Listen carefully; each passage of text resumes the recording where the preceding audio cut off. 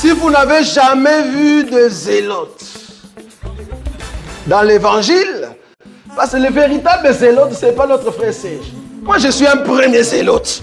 On nous a posé la question au sujet de ce qui a été dit du haut de la chair de la fois passée. Soi-disant, un musicien profane qui est monté pour confirmer que, soi-disant, l'homme de Dieu a été maintenant dans la cour de grand. Donc, il est entré maintenant dans la cour de grand. Ça, c'est un élément. Et deuxième élément, on veut savoir, est-ce que le do, ré, mi, fa, sol, la, si, do, est-ce que ça vient de Dieu? Ça vient de l'Église? Parce que nous avons dit que la musique profane, ce n'est pas bien. Ils nous ont dit que nous sommes trop spirituels. Pourquoi trop spiritualiser tout, alors que vous êtes dans un pays européen, voilà, vous utilisez des micros. Donc, ils ne veulent pas faire la différence entre musique profane et musique chrétienne. Donc, pour eux, ils disent, nous utilisons des styles ou des rythmes, alors pourquoi ne pas utiliser le style qu'on appelle le sindombolo? Or, ndombolo veut dire une danse qu'on peut attribuer à une musique. Maintenant, vous, étant chrétien, vous qui connaissez l'enseignement, nous voulons voir ça dans la Bible. La différence entre la musique profane et la musique chrétienne. Est-ce qu'il y a-t-il une différence? Qu'est-ce qu'on appelle un rythme? Qu'est-ce qu'on appelle, en fait, le style de chant?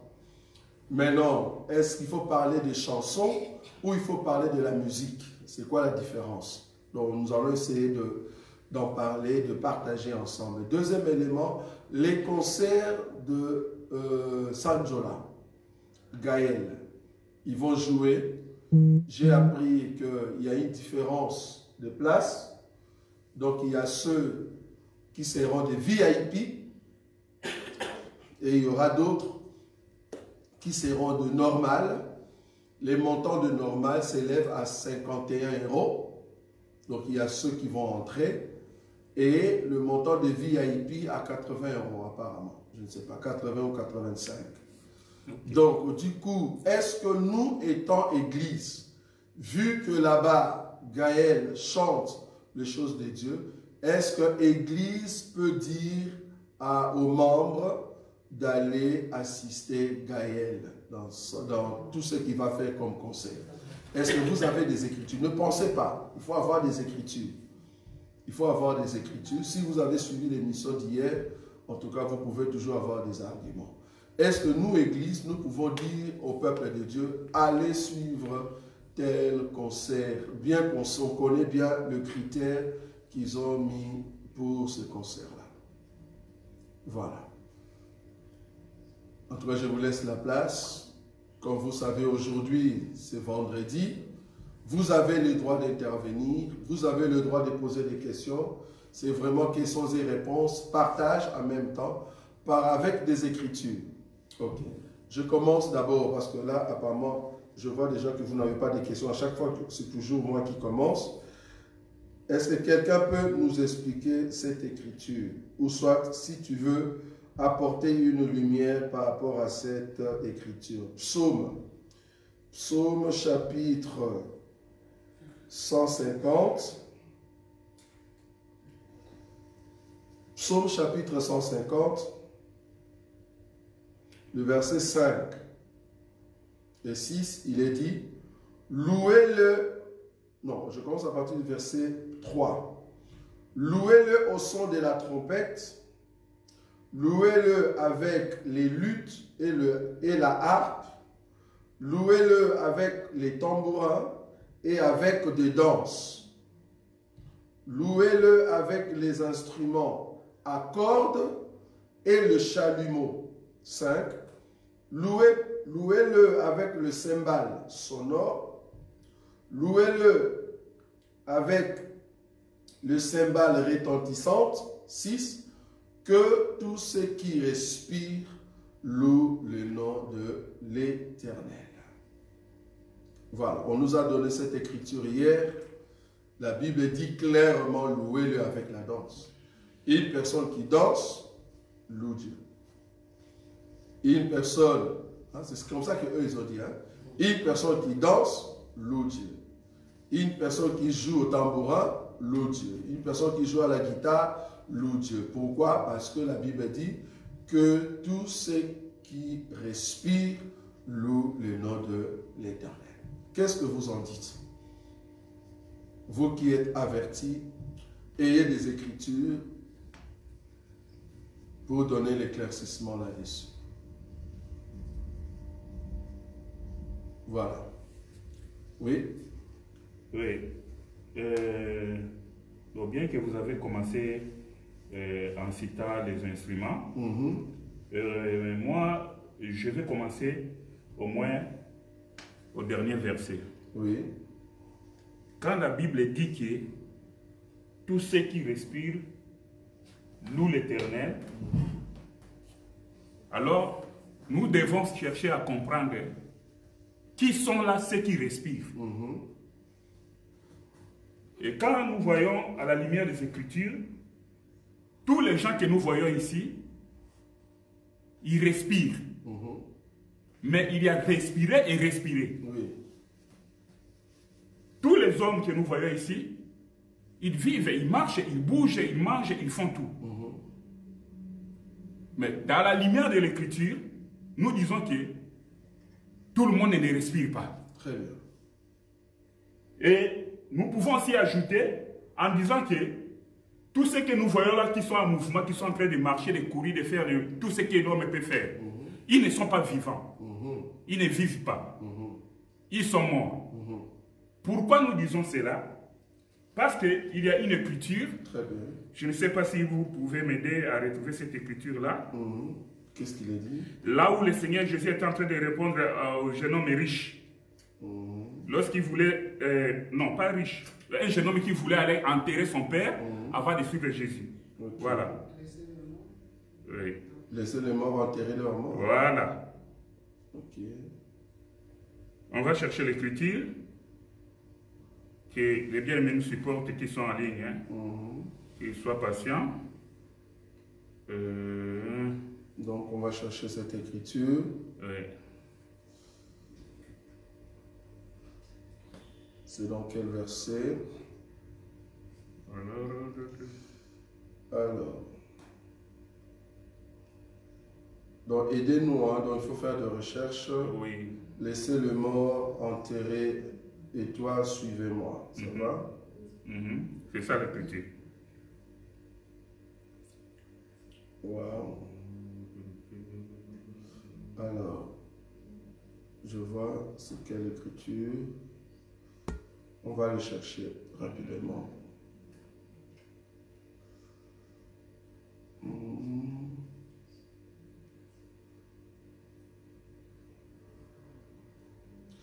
C'est Luc chapitre 9, le verset 59 et 60.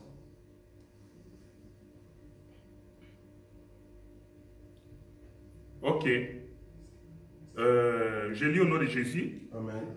Il dit à un autre, suis-moi.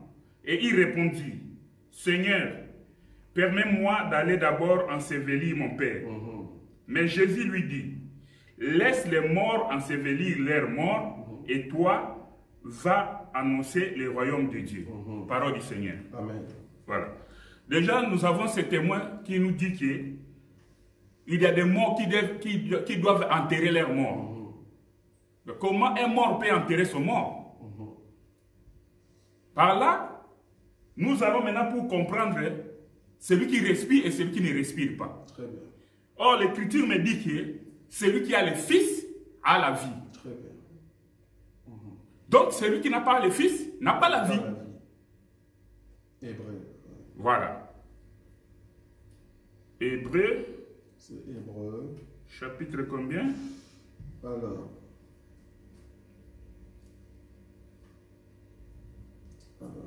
Le Fils. Un instant. Celui qui a la Fils. Oui. C'est 1 Jean 5, 1 Jean 5, 12. 1 Jean 5, 12. Ok, très bien. Oui. Par là, nous comprenons que donc, tout le monde, tout celui qui a le Fils de Dieu, c'est celui-là qui a la vie. Très bien. Celui-là qui a la vie, c'est celui-là qui respire. Par contre, donc, tout celui qui n'a pas le Fils de Dieu n'a pas la vie. C'est un mort. Bien qu'il marche, bien qu'il mange, bien qu'il danse, bien qu'il saute, bien qu'il peut aller au concert, mais c'est un mort. Donc, un mort, même s'il va au concert, on dit qu'il va louer Dieu. Il ne loue pas Dieu. Parce qu'il n'est pas vivant, c'est un mort. Donc, devant Dieu, ce monsieur-là, la louange que vous pouvez jouer, tous les instruments du monde que vous voulez, sachez bien que cette louange-là, pour ces gens-là, n'arrive pas devant le trône de Dieu parce que ce sont des morts. Or, les morts ne peuvent pas louer Dieu. Seulement ceux qui ont la vie, ceux qui ont le souffle de vie, la respiration, ceux qui respirent, c'est seulement ceux-là qui peuvent louer Dieu.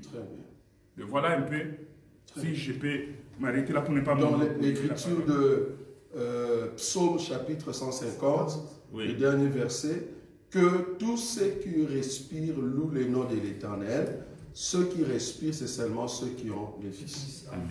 Donc ce sont eux qui vont louer l'Éternel. Maintenant, est-ce qu'ils peuvent louer l'Éternel avec des danses? Quelle danse? Est-ce que la danse de David? Ils ont dit la danse de David, c'est-à-dire, bon, ceux qui ont le Fils, c'est-à-dire les chrétiens, hein, ils sont partis comme ça. Cela veut dire les chrétiens. Donc si je suis chrétien, donc je peux maintenant louer Dieu avec la danse. Et quelle danse? Ben, je vais danser comme David. Est-ce que David a dansé les danses qu'on voit aujourd'hui? Quelle a été la danse de David? Ce sont des questions comme ça qu'il faut avoir, surtout en termes de la musique. Cette question, c'est la sœur Liliane et Maman Nadine qui vont répondre. Quelle a été la danse de David? Nous sommes là pour faire un partage, donc veuillez nous chercher dans la Bible.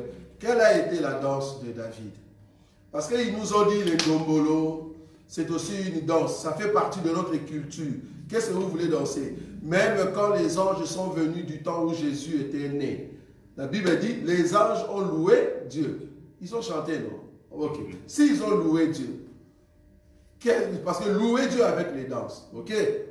Si les anges ont dansé, ils ont dit, si les anges ont dansé, ils ne vont pas danser la danse du Congo.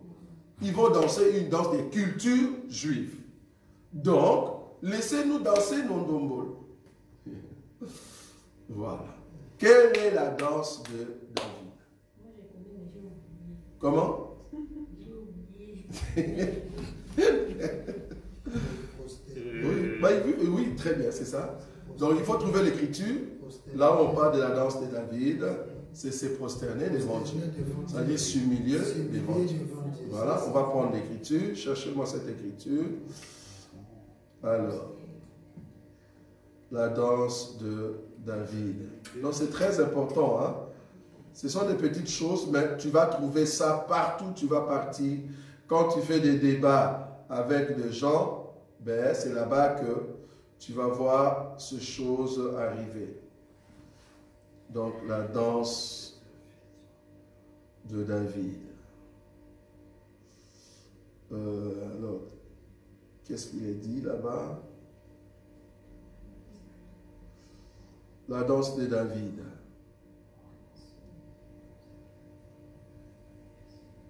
Tac.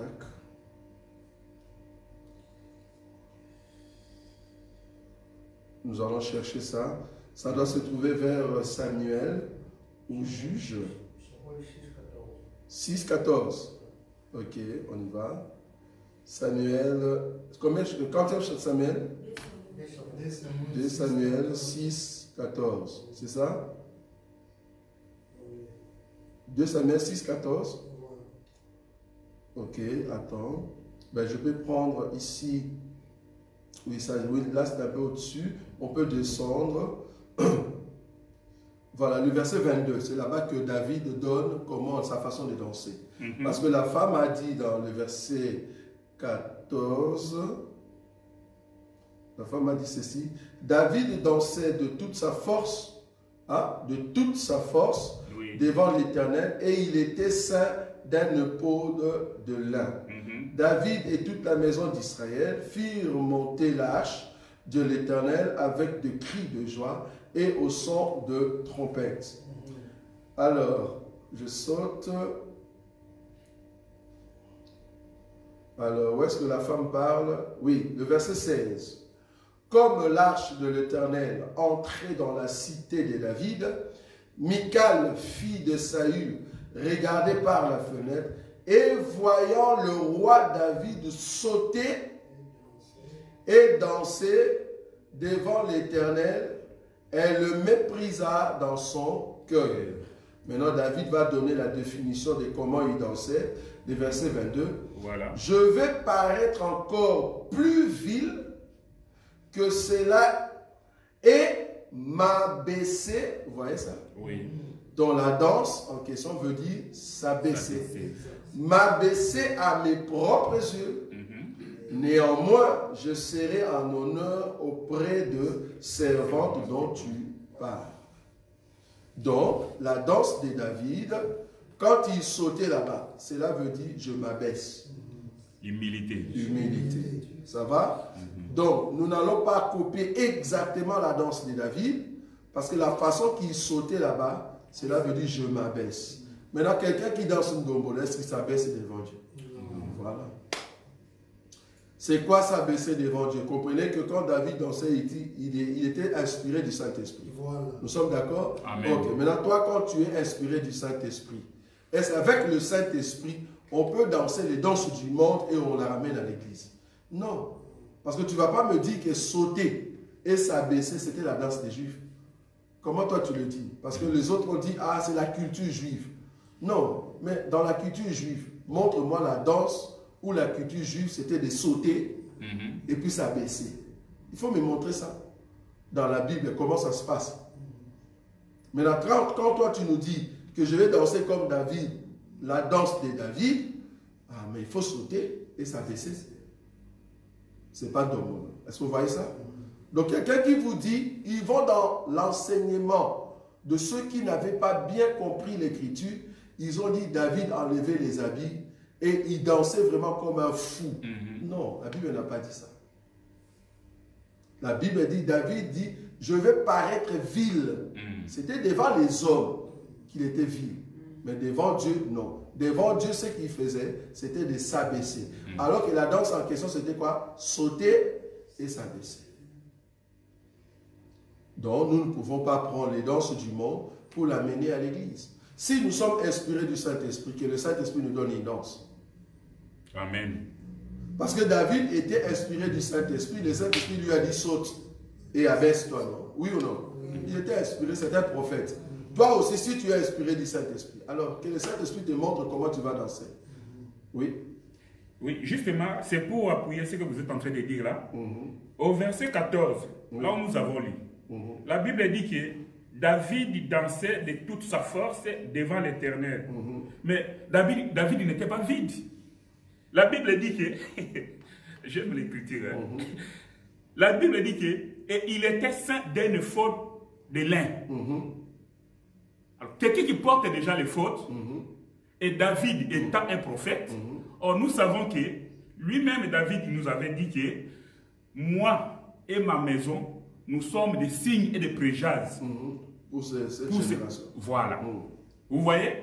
Donc, quand David est en train de danser, et surtout qu'il a les fautes, et c'est un prophète, donc il faut beaucoup faire attention. Il ne faut pas prendre ça cri comme ça et qui vient avec ça dans l'église et qui dit que non parce que David avait dansé. C'est un prophète qui danse. Voilà. Or, quand le prophète danse, il y a un message caché dedans. Très bien. Donc, il est en train de transmettre un message. Oui. Donc, le mouvement du prophète, c'était l'enseignement. Voilà, justement. Donc, le mouvement des prophètes, c'est tout un enseignement. Très bien. Alors, il faut avoir les oreilles ouvertes, les yeux ouverts, la pensée que le Seigneur entre dans ton cœur pour te révéler ces choses-là. Très bien. Tu vois? Sinon, donc c'est ce que nous voyons maintenant, que tous ces gens-là qui prennent les danses dans le monde, ils viennent avec ça et ils vont même plus loin pour dire que Mabine Utanalola, la lance est venue du ciel, Satan a volé. Et c'est écrit où cette écriture? On ne sait pas. Comment ils ont eu cette écriture-là? La danse vient du ciel. Ça c'est pire. Bon, en tout cas, moi je connais que la musique vient du ciel. Voilà. Ça, j'ai une écriture. Mais la danse vient du ciel. C'est dans quelle écriture? Ils doivent nous aider. En tout cas, la danse vient du ciel, je ne l'ai pas vu. Moi, j'ai vu dans ma Bible, la musique vient du ciel. Voilà. Ça, on est d'accord. Maintenant, quand on dit la musique vient du ciel, La danse. mais, oui, non, donc eux, ils disent la danse. Mais nous disons la musique. Oui. La musique vient du ciel. Oui. Mais là, comment faire la différence entre la musique profane et la musique chrétienne? C'était une question qu'on nous a posée. C'est quoi la différence? Quand la musique du monde joue et la musique chrétienne, c'est quoi la différence? La différence, parce que la musique chrétienne, c'est l'adoration. Il adore l'éternel, Oui. mais la musique profane, et il adore Les créatures. les créatures. C'est ça. Dans la musique mondaine, il y a l'adoration, la louange de créatures. Voilà. Normalement, nous, on doit louer et adorer le Créateur. Donc, cela réside sur l'inspiration. Exact. La musique du monde, son inspiration, c'est sur les créatures. Exact. Il ne loue pas Dieu.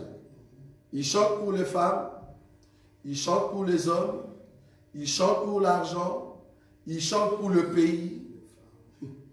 Vous voyez ça? Il chante pour le pays. Hein? Il loue les présidents, il loue un homme, il loue son argent, mais il ne chante pas pour Dieu. Alors que nous devons louer Dieu. C'est-à-dire, nous devons élever le Créateur. L'écriture qui nous donne la force, c'est Romains. Il faut avoir ces arguments. Demain, il ne faut pas dire, Papa Roger, je t'appelle ici, j'ai un débat concernant la musique. Moi, je n'ai pas des arguments. C'est ici qu'il faut avoir des arguments. C'est pour ça qu'il faut faire attention.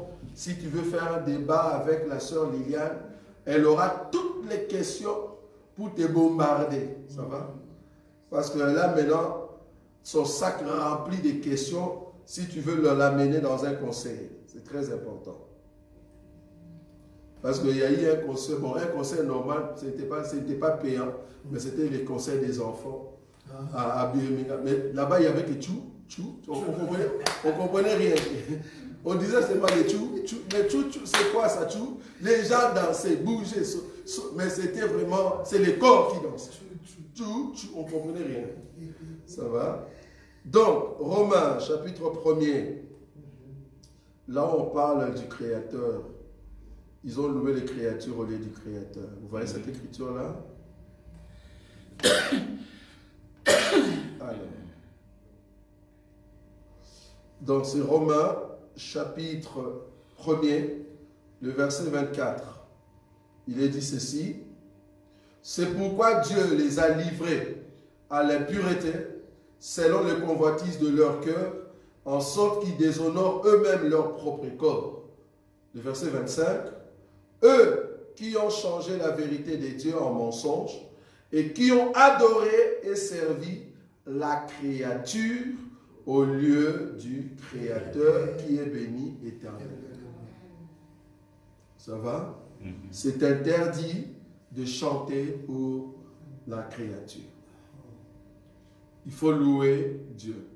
Il y a aussi une autre écriture que je ne m'aurais pas ici donnée. Bon, vous pouvez toujours le trouver dans l'Ancienne Alliance, ça doit être Deutéronome ou Nombre, là où Dieu dit, tu ne peux pas adorer, que ce soit la lune, le soleil, les poissons, les quadrupèdes, non, tous ces animaux-là, tu ne peux pas les représenter et l'adorer. Tu ne peux pas, là où on prend aussi l'écriture pour l'Église catholique qui adore la statue, qui s'agenouille devant la statue.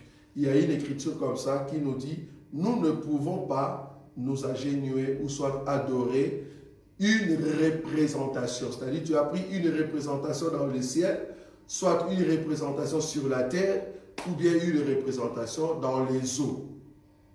Donc, tu ne peux pas prendre une telle représentation et adorer. Tu ne peux pas t'agenouiller devant une représentation. Tu as trouvé, David? C'est quelle écriture? Deutéronome. C'est quelle écriture? Tu as trouvé ça? Non? Dé- C'est Deutéronome. Non, on a déjà lu. Deutéronome chapitre 4 verset 9. Oui, 19. Deutéronome 4, verset 9, il est dit quoi? 19. 19. Oui. Oui.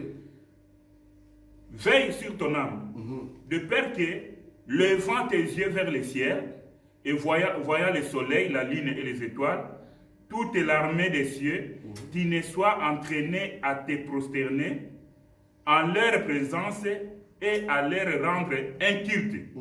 Ce sont des choses que l'Éternel, ton Dieu, a données en partage à tous les peuples sous les ciels, sous les ciels tout entier. Ok, continue. Oui. 20. Mais vous, l'Éternel vous a pris et vous a fait sortir de la fournaise de fer de l'Égypte, afin que vous fissiez un peuple qui lui appartient en propre comme vous l'êtes aujourd'hui. Et l'Éternel s'irrita contre moi à cause de vous. Et il jura que je ne passerai point le Jourdain et je n'entrerai point dans le bon pays que l'Éternel ton Dieu te donne en héritage. Je mourrai donc en ce pays-ci. Je ne passerai point les Jourdains, mais vous les passerez et vous posséderez ce bon pays. Verset 15. Verset 15.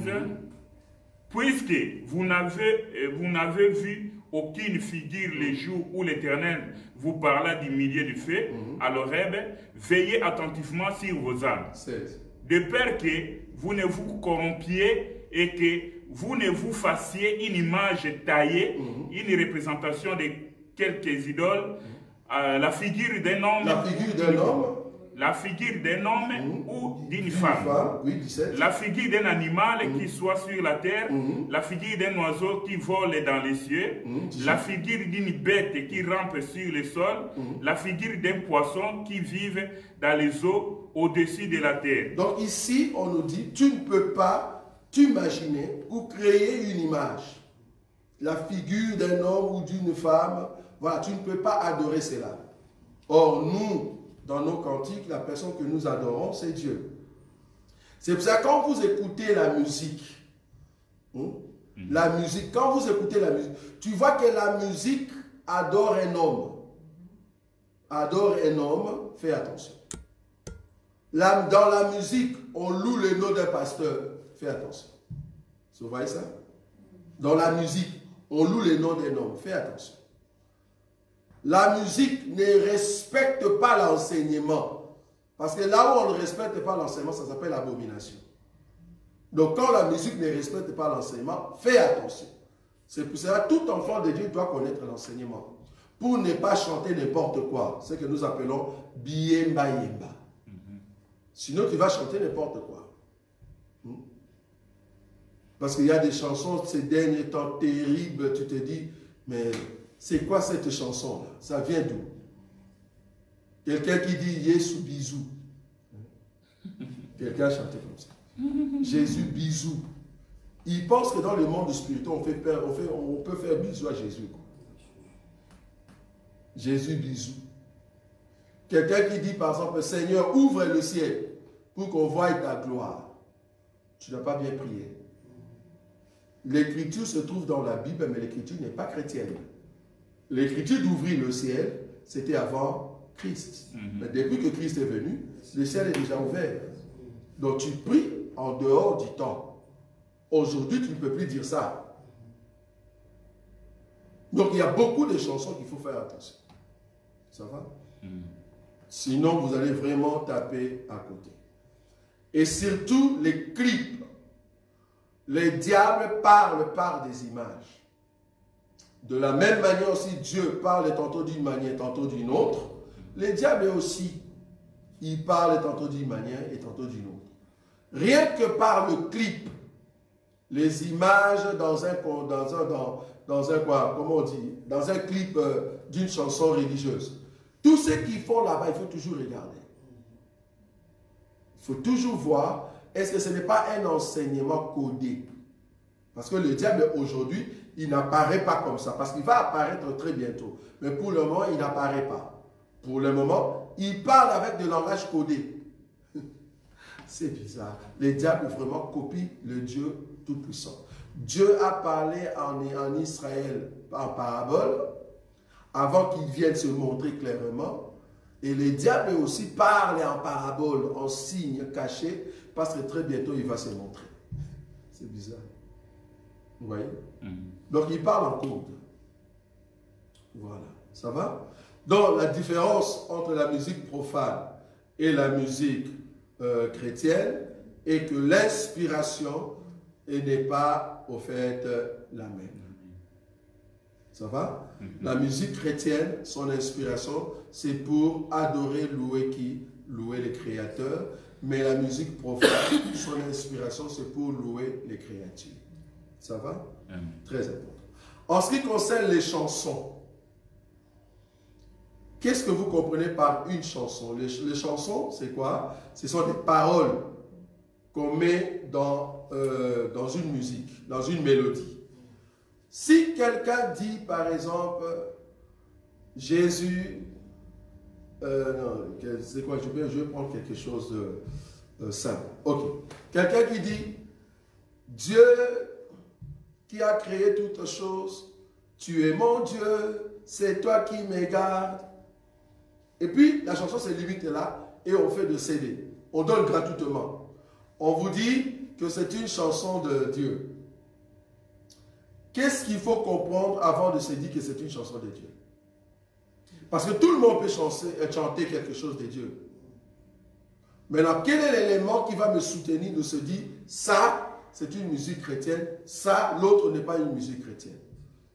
Il y a une compatibilité. C'est-à-dire, par l'enseignement qu'il a dit à l'intérieur, et quoi? Quels sont les éléments? Donc, il y a d'abord la parole, et quoi encore? Oui, les textes, c'est-à-dire la parole, et quoi encore? Il y a encore un autre élément. Parce que la personne peut respecter vraiment l'enseignement. Mais après... Les écritures qui... Oui, c'est ça, la parole. Quoi encore? La personne. L'eau et le robinet. L'eau et le robinet. L'eau et le robinet. Donc il faut regarder l'eau qui sort et je regarde le robinet. Si le robinet n'est pas compatible, si le robinet n'est pas propre, parce que moi je connais quelqu'un qui a chanté pour Dieu, mais il est musicien profane. Bon, il est déjà mort. Qu'on appelait Kester. Ils sont nombreux. Ils sont nombreux. Mais lui, il était vraiment profane. On sait que c'est profane.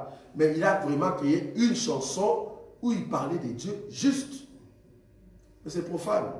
Même aujourd'hui, le musicien congolais Kofi, si vous ne savez pas, allez sur YouTube, il a créé une chanson de Dieu. Hein? Ça, vous ne l'avez pas entendu. Hein? Attends, il dit quoi? Nzambe Kumama, c'était quand on voulait l'arrêter. Quand on voulait l'arrêter. Oui, en France, on voulait le mettre dans la prison. Et comme il était acquitté, et il a fait une chanson qu'on l'appelle Acquittement. Il dit Kolo Kumama. Il dit Kolo Kumama. Il loue Dieu dans ses chansons. Mais c'est un musicien profane. On ne va pas prendre cette musique pour dire ah, c'est la musique de Dieu. Pourquoi? Les paroles sont vraies, que tu loues Dieu, que tu élèves Dieu, mais le robinet est sale. Donc du coup, je ne peux pas prendre cette chanson et chanter. Est-ce que nous sommes d'accord? Donc du coup, oui, pardon. Par exemple, comme il faut confier à chanter avec Miss Mansam. Oui. Est-ce qu'on peut chanter la chanson? Non. Voilà. C'est très bien. C'est un bon exemple. Nadine, oui. La parole peut être correcte de fois, mais le robinet n'est pas propre. Il ne faut pas oublier, il y a plusieurs musiciens chrétiens, musiciens profanes qui font aussi le cabal. Oui. Ça veut dire, et tu vois, la parole est juste, ils disent Dieu soit loué, c'est toi qui as créé le ciel et la terre.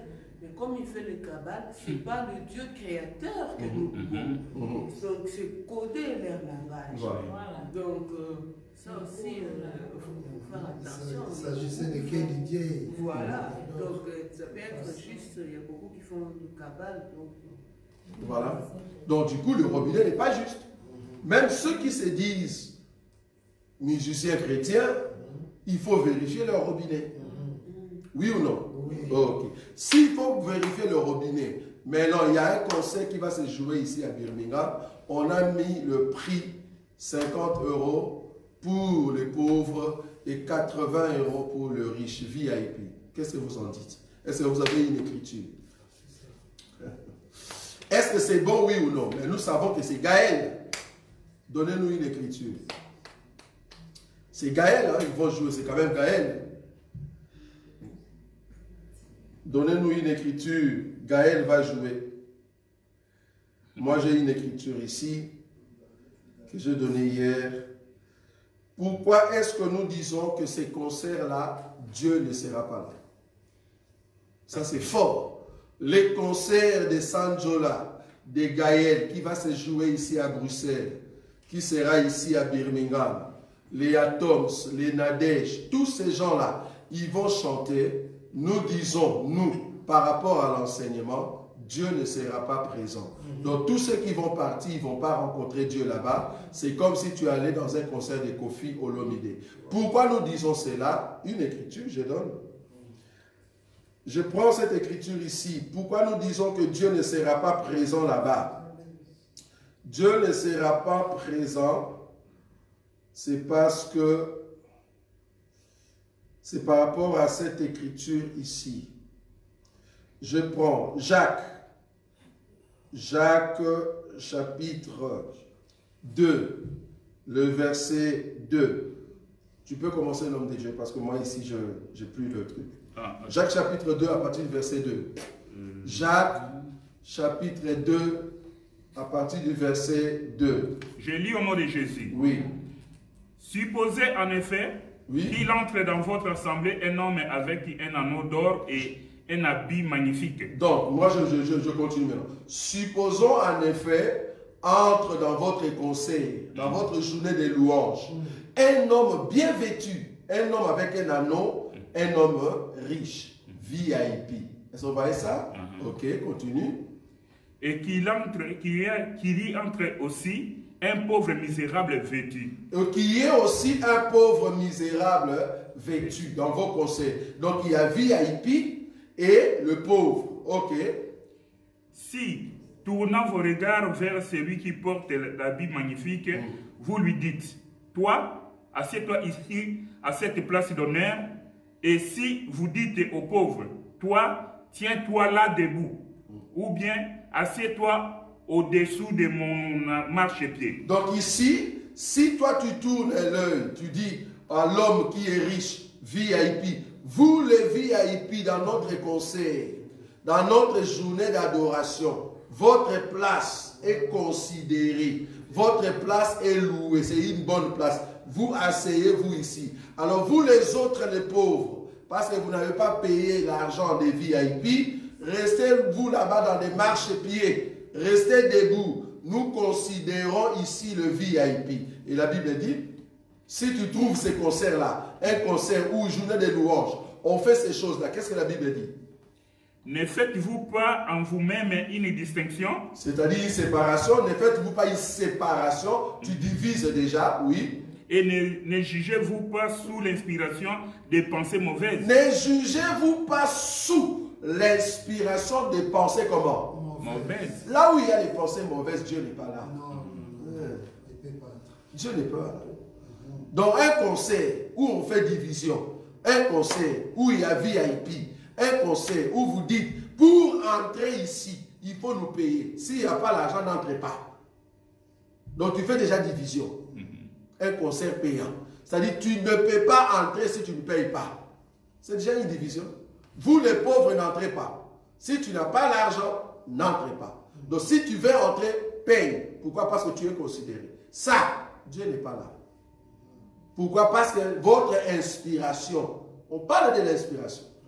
Parce que nous n'avons que deux esprits qui peuvent nous inspirer. Soit c'est Satan, soit c'est Dieu. Or, Dieu ne peut pas t'inspirer pour que tu mettes un montant. Parce que quand tu mets un montant, ça dit que tu as divisé. Voilà, tu as séparé. Le séparatisme, comment on dit, le favoritisme. Tu as fait le favoritisme. Tu as favorisé ceux qui ont l'argent et les autres non. Et la Bible appelle ça inspiration des pensées mauvaises. Là où il y a des pensées mauvaises, Dieu n'y est pas. Donc tous ceux qui vont aller dans ces concerts de Sanjola, soi-disant des Gaël, là où ils vont jouer leur musique, comprenez que vous êtes animés des pensées mauvaises, vous tous. Dieu ne sera pas là-bas. Dieu ne peut pas être là où il y a le péché, là où il y a les ténèbres. Donc dans ces concerts-là, il n'y aura que ténèbres. C'est la même chose ce qui s'est passé au stade de martyr. La même chose. C'est pour ça qu'il y a eu des morts. Là où Dieu est, on ne peut pas commencer à tuer les gens, alors que les gens sont venus pour adorer Dieu. On peut pas tuer, Dieu ne peut pas tuer les gens parce qu'ils sont venus l'adorer. Ce n'est pas possible. Parce que nous sommes d'accord qu'aucune chose ne peut nous arriver sans que Dieu soit comment? Auteur. Donc, c'est comme si Dieu avait dit, venez m'adorer, je vais vous tuer. Non. Dieu a permis parce que l'ennemi voulait faire quelque chose de mauvais. Donc, l'ennemi profite toujours là où il y a le ténèbre. Comme il avait vu qu'il y avait les ténèbres dans le conseil de stade de martyr, voilà, l'ennemi a profité, il y a eu des morts. Alors que le peuple était averti avant de partir. Mais comme le peuple sont têtus, voilà, il y a eu des morts. Ça va? Donc, un concert payant, nous sommes contre. Tous ceux qui font des concerts payants ne verront pas Dieu. Tous ceux qui font des concerts payants n'entreront pas au ciel. Dieu n'est pas dans des concerts payants. Que ce soit la personne qui paye, que ce soit la personne qui vous fait payer, vous n'entrerez pas au ciel. Parce que celui qui vient payer, il a dit, je veux me distinguer avec les autres. Je veux me distinguer avec les autres. C'est déjà le favoritisme. Dieu n'est pas dans des concerts payants. Non, nous sommes contre. Et nous serons toujours contre. Si vous voulez des concerts payants, alors montrez-nous une écriture qui nous donne aussi les droits de mettre un panier avant que tout le monde entre ici. Tu dois à tout prix payer pour écouter la parole de Dieu. Là, nous disons Amen. Comme dans l'église, il n'y a pas un panier pour entrer et écouter la parole de Dieu, donc vous aussi, si vous voulez une contribution, nous sommes d'accord. Parce qu'à l'église, quand les gens viennent, nous demandons une contribution. Qui ont l'offrande? Est-ce que vous pouvez offrir à Dieu? Mais ce n'est pas obligatoire. Si vous voulez, ok, mettez une offrande sans obligation. Ça, nous allons venir. Donc je peux venir écouter même si je n'ai pas l'argent. Voilà. Étant pauvre, je n'ai rien. Je peux te donner ce que j'ai, ce que je possède. Mais ne me dis pas avant d'entrer, il faut payer autant. Là, la Bible dit, ce sont des pensées mauvaises. Donc je ne viens pas. Or, c'est quoi les cantiques? C'est quoi les chansons? Ce sont l'enseignement mis en mélodie. C'est tout. Tout ce qui chante, c'est l'enseignement. C'est la parole de Dieu, mais en mélodie. C'est juste la mélodie qu'on va rajouter après. Donc c'est comme si on écoutait cet enseignement ici à l'église de dimanche et on dit, mettez de l'argent bien qu'il n'y aura pas la mélodie. On ne comprend plus rien. C'est comme si les gens payaient plutôt la mélodie que les paroles. Ça n'a pas de sens. Donc du coup, tous ceux qui font des concerts payants ne verront pas Dieu. Voilà. Ça va? Là, je crois que ça peut se marier avec ce passage de Matthieu, oui, du chapitre 10, là où la Bible dit, lorsque le Seigneur Jésus était en train d'envoyer les disciples en mission, Matthieu chapitre 10, bon, je prends directement le verset 8. La Bible dit ceci: guérissez les malades, ressuscitez les morts, purifiez les lépreux, chassez les démons. oui. Vous avez reçu gratuitement, donné gratuitement. Très bien. Qu'est-ce qu'ils ont reçu gratuitement pour qu'ils donnent gratuitement par rapport à cette écriture? Qu'est-ce qu'ils ont reçu gratuitement pour qu'ils donnent gratuitement? On va vous poser cette question. Toi aussi, peut-être tu vas donner. Ah non, nous avons reçu gratuitement, donné gratuitement. C'est quoi? C'est quoi? L'onction. L'onction, Dieu nous a donné gratuitement. Or, l'onction d'avoir l'inspiration des chants, c'est Dieu qui nous a donné, oui ou non? Oui. C'est gratuit. Et d'ailleurs, il y a d'autres chants. Vous venez voler la chanson de David. Vous volez la chanson de David dans le livre des psaumes. Tu as volé, mais c'est toi qui demandes l'argent sur la chanson de David. Est-ce que vous avez donné les droits d'auteur? Parce qu'en réalité, tu dois donner les droits d'auteur. Parce que la chanson, c'est la chanson de David. La parole que tu as citée, c'est la parole de Paul. Est-ce que vous avez donné les droits d'auteur? Mais vous nous faites payer, acheter un CD, alors que tu as fait le plagiat. Tu as fait le plagiat, tu as copié la parole de Paul, la parole de Jean, la parole de Pierre, le cantique de Salomon. Tu as copié le parole, le psaume de David. Mais tu viens nous dire de payer pour écouter ça. Tu es un voleur. Parce que même David va te dire, mais pourquoi tu fais payer les gens? David qui chantait devant Saul, il demande, il n'y a pas dit à Saul, il faut me donner de l'argent, parce que si tu ne me donnes pas de l'argent, les démons qui sont en toi ne vont pas sortir. Non, il chantait et l'onction se manifestait et les démons fuyaient.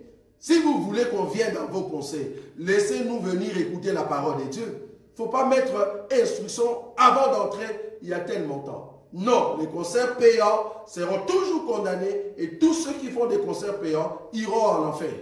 Ils ne verront pas Dieu. Et nous allons toujours frapper là-dessus. Vous faites des plagiats, vous volez la parole de la Bible pour dire aux gens, venez payer. Si tel est le cas, que tous les pasteurs aussi commencent à faire payer leur prédication les dimanches. Avant d'écouter la parole de Dieu, paye d'abord. Vous allez voir que vous allez fuir l'église. Maintenant, vous les chantres, vous volez nos enseignements, vous volez les paroles qui sont dans la Bible, vous venez mettre l'argent pour qu'on puisse vous écouter. Vous êtes des voleurs. Or, le voleur n'hériteront point le royaume des cieux. Voilà. Et en plus de ces concerts-là, il y a même des chantres qui se permettent d'imposer les mains aux gens. C'est grave encore. Grave. Et après 10 ans, les chantres en question deviennent pasteurs. Ah oui. Grave encore. C'est vraiment un phénomène bizarre. Tout chantre devient pasteur. Que ce soit une femme, que ce soit les femmes, que ce soit les hommes, tous ces gens-là deviennent des pasteurs. C'est seulement au Congo ou soit dans d'autres pays d'Afrique qu'on voit ça. C'est bizarre. Ils deviennent tous des pasteurs. On ne comprend plus rien. Donc on comprend qu'à un moment, Dieu dit, bon, je fais l'appel. Tu as l'appel de l'adoration, l'appel de louange. Je t'appelle comme chantre, parce que Lévi était aussi chantre. Je t'appelle comme chantre, mais la personne dit, non, non, non, je dois monter jusqu'à devenir sacrificateur. On ne voit pas cette écriture-là. Tu es Lévi, reste Lévi. Pourquoi tu veux être sacrificateur? Parce que l'enseignement se trouve dans la bouche du sacrificateur. Toi, tu n'es pas sacrificateur, tu es Lévi. Depuis quand tu es devenu sacrificateur? Tout chantre au Congo doit devenir pasteur. On ne comprend plus rien. C'est parce que du côté pasteur, ça donne bien. Ça paye. C'est facile. J'ai vu un homme de Dieu, il a fait une porte en bois. Ah, quelle génération nous passons. Il a fait une porte en bois. Il a embelli avec l'huile d'olive qu'on vend dans des supermarchés, qu'on grille les beignets. Il s'est mis au milieu, un pied de l'autre côté, un pied de ce côté-là, dans la ligne de la porte au milieu. Comme si l'écriture de Apocalypse qui dit un pied dans l'eau, dans la mer et un pied sur les montagnes. Et puis il prend le micro, il commence à prier. Il dit, Père, je veux que cette porte devienne la porte du ciel. Et quand il a fini de prier, il dit maintenant à tous ceux qui étaient à l'église d'être d'un côté. Et puis il dit, tous ceux qui veulent entrer au ciel, tu payes l'argent, tu passes par la porte, tu vas entrer au ciel. Et les gens commencent à payer. Et bizarrement, quand les gens venaient, ils payent. Quand ils passent par la porte, la personne tombe. On se dit, est-ce que c'est l'onction? C'est les démons? C'est Satan? On ne sait pas. On ne comprend plus la génération d'aujourd'hui. Donc, apparemment, les gars, la porte qu'il a créée, c'est la porte des cieux. Si tu te trouves, par exemple, au Cameroun, je ne sais pas moi, si les gars se trouvent. Et ceux qui sont à Ouila, en Angola, comment ils vont venir là-bas jusqu'au Cameroun pour entrer par la porte? C'est seulement les Camerounais qui vont entrer au ciel. Voyez comment est-ce que la génération d'aujourd'hui est perdue parce qu'ils ne veulent pas écouter l'enseignement. Voilà. Oui, non. Mais moi, j'ai une question concernant les baptêmes. Oui, dis-moi. Je voulais savoir si quelqu'un est dans un désert. Oui. Là où il n'y a pas l'eau, il n'y a pas la rivière. S'il reçoit le Seigneur, comment il va recevoir le baptême? Très bien. Donc, concernant les baptêmes, quelqu'un qui est dans un désert, il reçoit le Seigneur là-bas et il n'y a pas l'eau. Dans un désert, tu as dit. Ok. Et il a besoin de recevoir le baptême. Comment est-ce qu'il sera sauvé? Quelqu'un qui a reçu le Seigneur dans les déserts et il n'y a pas l'eau dans les déserts, comment est-ce que cet homme sera sauvé? Comment est-ce qu'il sera baptisé? Oui. Bon, là, c'est un cas exceptionnel. Oui. Qu'on ne peut pas faire de ça toute une doctrine. Le cas là, c'est juste l'exemple que nous avons du voleur sur la croix. Très bien. Vous voyez? Donc, le Seigneur lui-même, il sait. Parce qu'il est maître des circonstances et des temps. À ce moment-là, lorsque la personne se trouve au niveau du désert, le Seigneur sait que là, il n'a pas d'eau. Ou bien, bon, au moins qu'il opère un miracle pour sortir l'eau dans le désert, comme il avait fait avec le fils Ismaël. Sinon, la personne va entrer au ciel, il accepte le Seigneur, et le Seigneur lui-même, il sait que là, il n'a pas d'eau. C'est un cas isolé, c'est un cas exceptionnel. Très bien. Donc, on ne peut pas généraliser ça pour tout le monde. Voilà. Donc, c'est un cas exceptionnel, comme l'homme de Dieu a dit. Mais si c'est dans les déserts, dans le cadre d'une ville, c'est une ville qui est dans les déserts, tu es d'accord avec moi, la ville en question, comment ils boivent d'eau, comment ils se lavent. C'est-à-dire, il y a l'eau qui vient de quelque part. Et Dieu permettra à ce que, si la personne ne meurt pas, Jésus-Christ ne reviendra pas. S'il veut que la personne reçoive le baptême, la personne va sortir de là et il viendra prendre le bon baptême. Quelque part toujours. Donc, il ne faut pas créer, fabriquer pour dire, nous sommes dans un désert, je vais créer l'eau. Alors que vous prenez maintenant l'eau du robinet, vous mettez dans un bassin, vous dites aux gens, venez recevoir le baptême dans la piscine. Non. Si Dieu veut te donner le vrai baptême, il te donnera le vrai baptême. Comment? Tu sortiras de là, tu vas trouver toujours là où il y a une source. Et dans les déserts, il y a ce qu'on appelle des oasis. Les oasis, c'est quoi? Ce sont des eaux qui sortent du désert, mais qui ont une source. Il y a toujours des oasis comme ça. Ça va? Oui.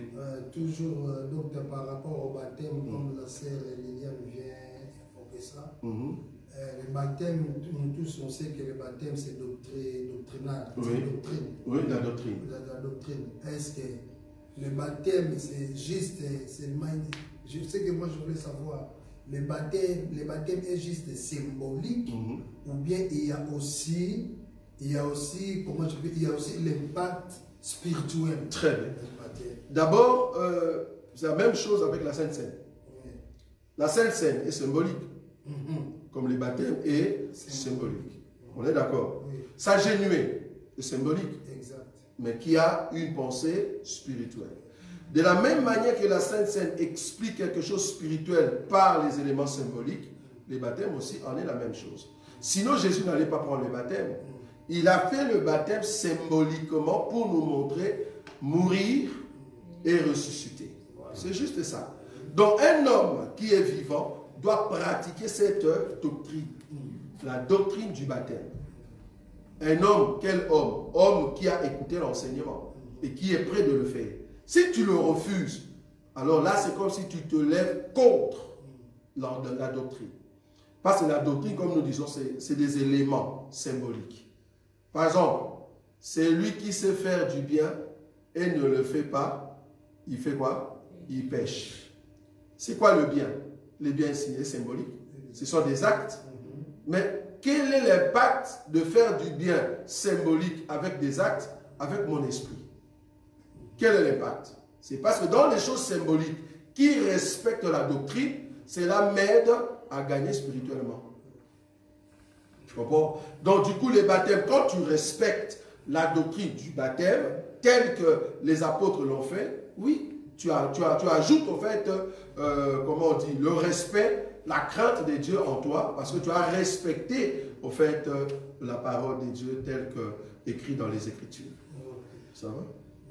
Est-ce qu'il y a le verset que les apôtres ont baptisé dans la rivière? Dans des rivières ou dans l'eau qui coule? Oui, il y a une écriture. La Bible dit, Jésus lui-même ne baptisait pas, c'était ses disciples qui baptisaient. Dans cette écriture-là, on nous a donné là où Jésus baptisait. Oui, tu veux qu'on te donne ces versets? À la fin, on va te donner. Donc la Bible dit, Jean baptisait à Élim, et Jésus, je crois, il baptisait soit au Jourdain ou quelque part. Mais c'était l'eau, en fait, qui coulait. Ça va? Il y a une écriture comme ça. Donc on a dit que Jean baptisait à Élim, et Jésus baptisait de l'autre côté. On est venu dire à Jean, Jean, la personne que tu as baptisée dans le Jourdain, il fait trop de disciples. Est-ce que vous voyez cette écriture-là? Voilà, c'est là-bas que les disciples, au fait de Jésus, baptisaient. Parce que la Bible dit clairement, Jésus lui-même ne baptisait pas. C'était ses disciples qui baptisaient. Et nous avons aussi d'autres écritures, par exemple l'écriture de Paul quand il a baptisé les gens, mais là on ne nous dit pas est-ce que c'était dans l'eau qui coule ou pas, mais dans les évangiles, là on nous dit clairement c'était dans quelle eau, et puis voilà. Ça va? Oui. Donc toujours concernant les baptêmes, est-ce que le baptême du Saint-Esprit, oui, le baptême du Saint-Esprit, ce que je voulais savoir, le baptême du Saint-Esprit, on reçoit ça quand on accepte Jésus, immédiatement quand on accepte Jésus, ou bien uniquement à l'imposition de Dieu? Doctrinalement, c'est après avoir écouté la parole, après le baptême, et on t'impose le main, doctrinalement.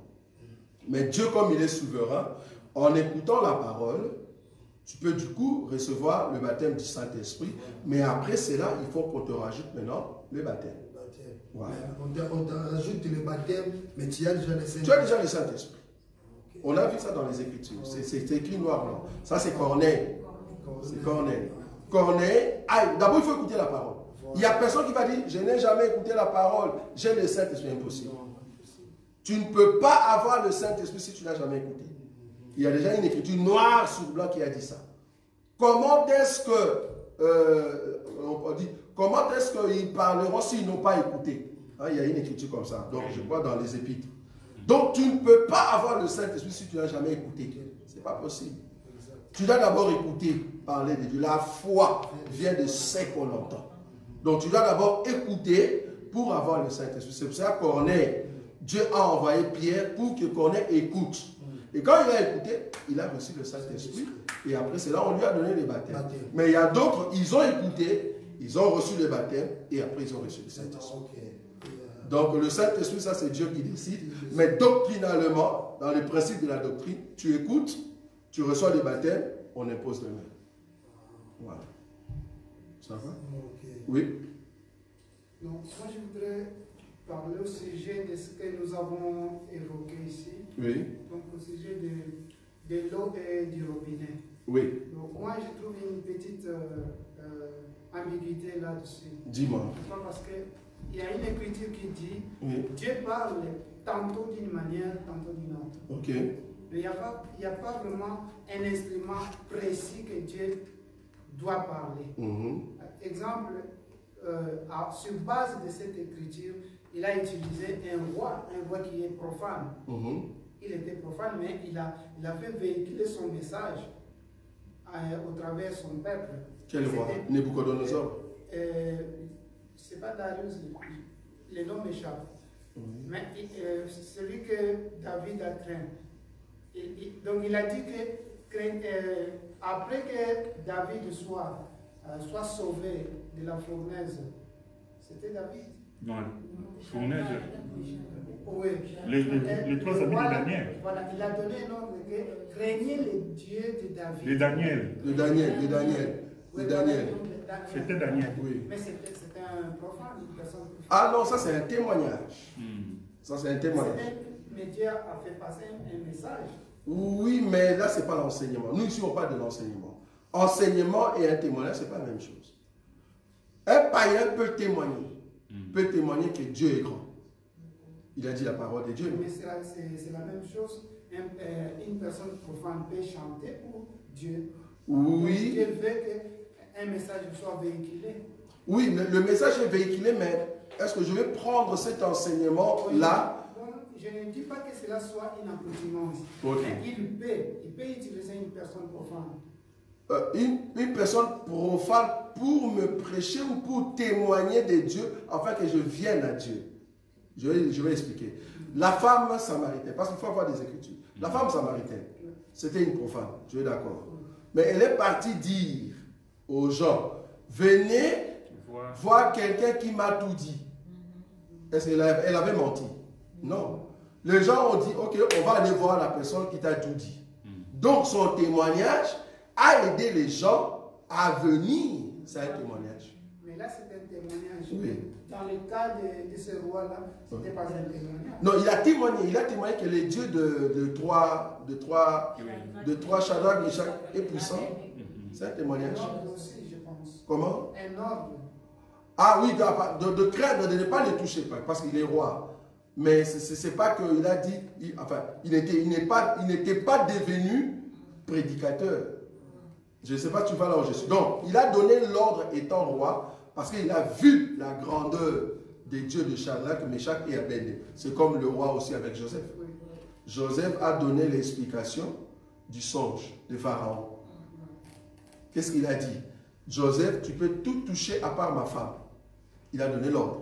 Tout le monde, agenouillez-vous devant Joseph. C'est l'ordre. Mais cela ne nous dit pas que c'est un message pour dire, nous allons maintenant, enfin, c'est Pharaon qui nous a dit d'aller vers Dieu. Ou soit qu'il nous a enseigné. Non. Ici, dans le cadre de la musique, cadre du robinet, c'est comme si, je peux prendre encore une autre écriture, Anne, l'animal. Il a parlé au prophète Balaam. C'est l'âne qui a parlé.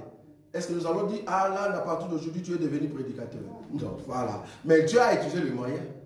Donc, c'est ce que je disais, qu'il peut faire véhiculer son message au travers d'une personne du monde. Oui, ça je suis d'accord. Mais le problème est que est-ce que la personne peut m'enseigner? Oui, je vois là où tu parles d'accoutumance. C'est-à-dire, est-ce que la personne peut continuer à m'enseigner? Non. Oui, ça je suis d'accord. Donc là, l'âne n'est pas mon enseignant. Mais ici, quand nous parlons de robinet et l'eau, parce que tu veux boire, je ne sais pas si tu vois. Boire, c'est ça, manger l'enseignement. On est d'accord. Donc je ne peux pas venir boire l'eau là où le robinet est sale. Mais du moins, je peux voir l'eau qui sort d'un robinet et je viens. Mais si je vois que le robinet est sale, je ne bois pas. Donc du coup, c'est ce que j'appelle témoignage et enseigner. Un païen peut témoigner Dieu. Par un cantique, Dieu l'a utilisé pour m'attirer, moi, qui est son serviteur, de venir. On est d'accord? Par son témoignage. Maintenant, dès que je viens, mais ce n'est pas lui qui va m'enseigner. Voilà, c'est là-bas que je suis. Donc du coup, un païen ne peut pas m'enseigner. Bien qu'il parle des choses de Dieu. Si je vois que c'est un païen, il ne peut pas m'enseigner. Donc un cantique qui est sorti de la bouche d'un païen, je ne peux pas faire de ça mon enseignement. Mais ça peut m'aider. Par exemple, comme je dis, l'homme, le musicien chrétien, le musicien profane du Congo, il a dit Kolo, Kolo Kumama, Kolo. Ok, quelqu'un qui ne connaît pas Kolo, qui ne connaît pas Dieu, il veut maintenant louer Dieu. Il dit, ah, mais pourquoi il dit Kolo Kumama?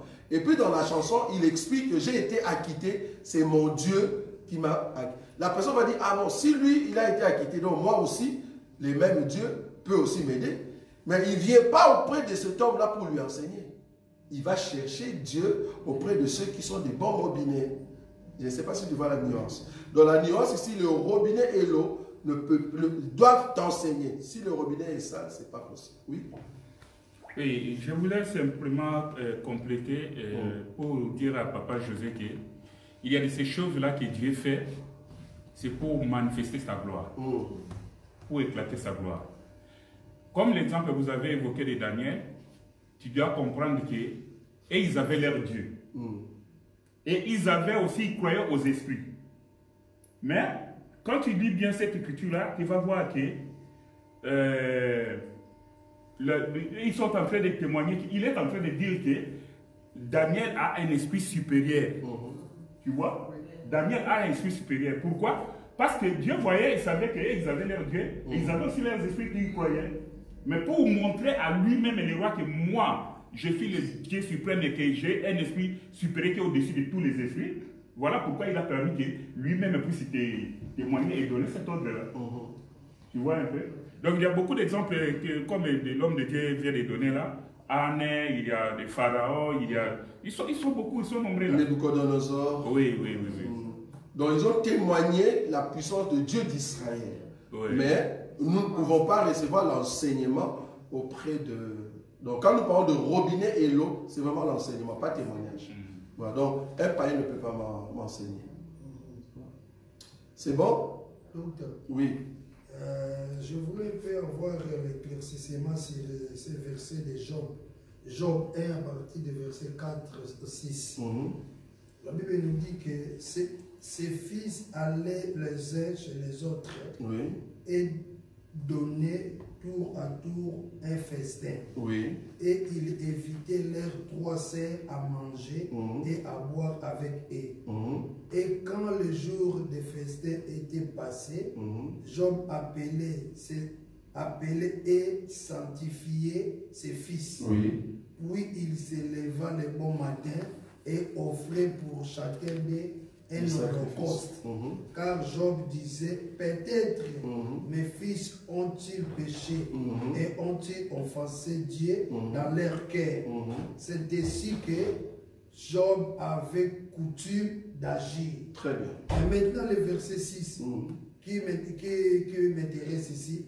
Or les fils de Dieu virent un jour se présenter devant l'Éternel et Satan vint aussi au milieu des les fils de Dieu. C'est qui les fils de Dieu on parle? Très bien. Donc ici, là on parle dans le ciel, hein, on n'est pas sur terre.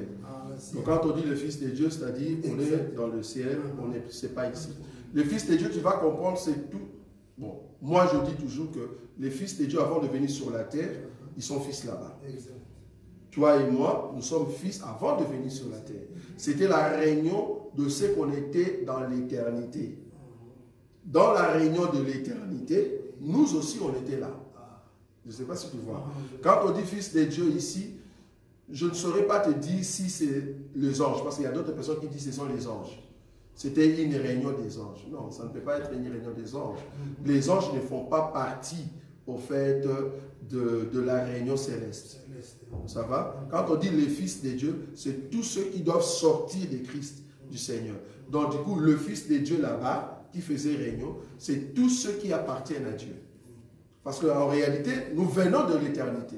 À l'éternité, nous étions comment? Parce que l'écriture en question, or les fils de Dieu étaient venus se rassembler. Si tu regardes cette écriture, est-ce que c'était le temps de Job ou c'était avant? Parce que Job a vécu quel temps? Je ne sais pas si vous savez déjà. Job, l'histoire de Job. Est-ce que tu sais quand même quand est-ce que Job a vécu? Si tu regardes les Abraham, les Noé, les Isaac, les Jacob, les Joseph, les Daniel, les Ézéchiel, Job, il a vécu quel temps? Les Malachie, les Pierre, mais Job, si tu veux le mettre dans les temps, il a vécu quel temps? Le temps de Daniel? Non. Il a vécu le temps d'Abraham. Donc, il a vécu le temps de Sem. Vous voyez? Donc, quand tu prends l'écriture de Job, il faut le ramener vers la période de Sem. De Sem jusqu'à Abraham. C'est du temps d'Abraham que Job a vécu. Donc, tu vois un peu? Regarde là où on est. Donc, on n'est même pas du temps de Jacob et Isaac. Non. On est là-bas. C'est-à-dire là-bas. Maintenant, si l'écriture, par exemple, elle nous dit que Dieu s'est révélé à Abraham, mais nous voyons que Dieu aussi s'est révélé à Job. Donc, quand nous disons que Dieu s'est révélé à Abraham et qu'Abraham était le seul en Huth, dans le pays de Ur en Chaldée. Mais le même Dieu s'est révélé aussi à Job. Je ne sais pas si vous voyez là où je suis. Parce que Job est du temps d'Abraham. Il n'est pas du temps de Daniel. Non, non. Rien à voir. Donc, quand on dit le fils de Dieu, cela veut dire ceux qui étaient dans l'éternité. Donc là, on va dans les fils de Dieu là. Il y a Jacob aussi. Il y a Isaac. Il y a les 12 patriarches. Il y a Joseph. Il y a toi et moi. Donc tous ceux qui vont venir du ciel pour descendre sur terre. Le fils de Dieu. Ce sont les fils de Dieu. Parce que le terme fils de Dieu là-bas, tu peux le prendre aussi selon Genèse chapitre 6. Oui, Oui. là où je voulais. Voilà.